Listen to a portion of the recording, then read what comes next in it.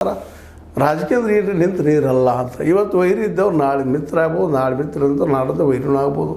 ನಿರಂತರ ಚಲಿಸ್ತಾ ಇರ್ತದೆ ಅಂತೇಳಿ ಹಂಗೆ ಇದು ಚಲಿಸೆ ಮೋಸ್ಟ್ಲಿ ಇದು ಒಂದು ಕೋಆಪ್ರೇಷನಲ್ಲಿ ಎಂಡ್ ಆಗ್ಬೋದು ಅಂತೇಳಿ. ಮತ್ತು ಈ ಒಂದು ಡಿಸಿಷನ್ ಬ್ಯಾಂಕಿನ ಅಧ್ಯಕ್ಷ ಉಪಾಧ್ಯಕ್ಷಗಿಂತಲೂ ಇಲ್ಲಿ ಮುಖ್ಯವಾಗಿ ಜಾರಕಿಹೊಳಿಯವರಾಗಿರ್ಬೋದು, ಅವ್ರಿಗೂ ಆಗಿರ್ಬೋದು, ನಾವು ಅಧ್ಯಕ್ಷ ಆಗ್ಬೇಕಂತ ಯಾರಲ್ಲೂ ಇಲ್ಲ. ಸೌದಿಯವರ ಮಾತುಗಳನ್ನ ಕೇಳಿದಾಗ ಆಗಿರ್ಬೋದು, ಕತ್ತಿಯವ್ರ ಮಾತನ್ನು ಕೇಳಿದಾಗ ಕತ್ತಿಯವ್ರ ಮನಸ್ಸು ಎಲ್ಲೋ ಒಂದು ಮೂಲೆ ಇರ್ಬೋದು, ಏನೋ ಇಲ್ಲ ಅಂತ ನಡಲಿಕ್ಕೆ ಆಗೋದಿಲ್ಲ. ಯಾಕಂದ್ರೆ ಭಾಳಷ್ಟು ವರ್ಷ ಅವರಲ್ಲಿ ಅಧ್ಯಕ್ಷ ಆಗಿದ್ದಂಥವ್ರು, ಅದರದ್ದೆಲ್ಲ ತಿಳ್ಕೊಂಡಂಥವ್ರು, ಅದರಲ್ಲೂ BDCC ಬ್ಯಾಂಕಿನ ಅಧ್ಯಕ್ಷರು ಇಳಿಸಿದಾಗಂತ ಅವ್ರಿಗೆ ನೋವಾಗಿದೆ ಇರ್ಬೋದು, ಒಳಗೆ ಎಲ್ಲೂ ಇಲ್ಲ ಅಂತಲ್ಲ. ಆದ್ರೆ ಇವತ್ತು ನಾನೇ ಆಗ್ತೀನಪ್ಪ ಅಧ್ಯಕ್ಷ ಅನ್ನೋದು ಸ್ಥಿತಿಯೊಳಗೆ ಇವತ್ತು ಕತ್ತಿಯವರು ಇಲ್ಲ. ಯಾಕಂದ್ರೆ ಹಂಗೇನದು ಅಂದ್ರೆ ಅವ್ರ ಜೊತೆಗೆ ಬೆಂಬಲ ಕೂಡ ಅವ್ರು ಬೇಕಲ್ರಿ, ಅದು ಅಷ್ಟೇ ಕಷ್ಟದ ಕೆಲಸ. ಹೀಗಾಗಿ ಅವರಾಯಿತು, ಸೌದಿಯವರಾಯಿತು, ಇವರು ಇಬ್ಬರು ಏನಪ್ಪ ಅಂತಂದ್ರೆ ಅಂಥ 3 ಜನ ನಾವು ಅಧ್ಯಕ್ಷ ಆಗೋಗ್ತಿಲ್ಲ. ಯಾಕಂದರೆ 2ನೇ ಲೈನ್ ಅದು ಮಾತಾಡಿದ್ದಾರೆ ಅವರು, ಬಾಲಚಂದ್ರ ಜಾರಕಿಹೊಳಿ ಅವರು. ನಮ್ಮ 2ನೇ ಲೈನ್ ಅಂದರೆ ನಾಯಕರು ಬೆಳೆಸಬೇಕಾಗಿದ್ದನಂತ ಒಂದು ಉದಾರ ಮಾತು ಮಾತಾಡಿದ್ದಾರೆ.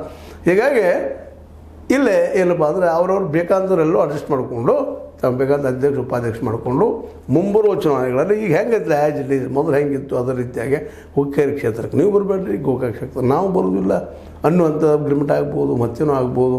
ಯಾಕೆಂತಂದ್ರೆ ಮತ್ತು ಇಲ್ಲೇ ನಮ್ಮ ಬಾಲಚಂದ್ರ ಜಾರಕಿಹೊಳಿ ಅವರು ಮತ್ತು ಅವರು ಜಾನರಿ ಯಾರು ರಮೇಶ್ ಕತ್ತಿ ಆಗಿರ್ಬೋದು, ನಮ್ಮ ಏನಪ್ಪ ಅಂದ್ರೆ ಅದೇ ಕಾಲ ಸೌದಿಯವರಾಗಿರ್ಬೋದು, ಲಕ್ಷ್ಮಣ ಸವದಿ, ಜೊತೆಗೆ ನಮ್ಮ ಸತೀಶ್ ಜಾರಕಿಹೊಳಿ ಅವರಾಯ್ತು, ಎಲ್ಲರೂ ಬುದ್ಧಿವಂತರಿದ್ದಾರೆ. ಮೋಸ್ಟ್ಲಿ ಬುದ್ಧಿವಂತರು. ಮತ್ತು ಇನ್ನೊಂದು ಸತ್ಯನೂ ಗೊತ್ತಿರ್ಬೇಕು, ನಾವೇನೋ ಮಾಡಿದ್ರೆ ಒಬ್ರಿಗೆ ಕೊಟ್ಟು ನಾವು ಇಟ್ಕೊಂಡು ಹೋದ್ರೆ ಉಳ್ಕೊಂಡು ಹೋಗ್ತೀವಿ ಅಂತೇಳಿ. ಇನ್ನೊಬ್ರು ಕಸ್ಕೊಳಕ್ಕೆ ಹೋದಾಗ ಜಗಳ ಶುರು ಆಗ್ತದೆ, ಹೋರಾಟ ಶುರು ಆಗ್ತಾವೆ. ಹೀಗಾಗಿ ಈ ಭಾಗದಲ್ಲೇ ಮುಂಬರುವ ದಿನಗಳಲ್ಲೇ ಈಗೇನು ಪ್ರಜಾಪ್ರಭುತ್ವ ಅಲ್ಲೇ ಅಲ್ಲಾಡ್ತಾ ಇದೆ, ಪ್ರತಿಯೊಬ್ಬರಿಗೆ ಓಟ್ ಹಾಕುವಂಥದ್ದು ಅವಕಾಶ ಸಿಗ್ತಾಯಿದೆ. ಹಾಗೂ ಸಿಗ್ತದಿಲ್ಲ ಅಂತಲ್ಲ, ಆದರೆ ಪ್ರಬಲವಾದ ಅಭ್ಯರ್ಥಿಗಳು ಎದುರಾಳಿ ಇರೋದಿಲ್ಲ ಅನ್ನೋದು ಭಾಳ ಗಮನಿಸ್ಬೇಕಾಯ್ತು. ಯಾಕಂದರೆ ಈಗ ಓಟ್ ಹಾಕೋರು ವಿಚಾರ ಮಾಡ್ತಾರೆ.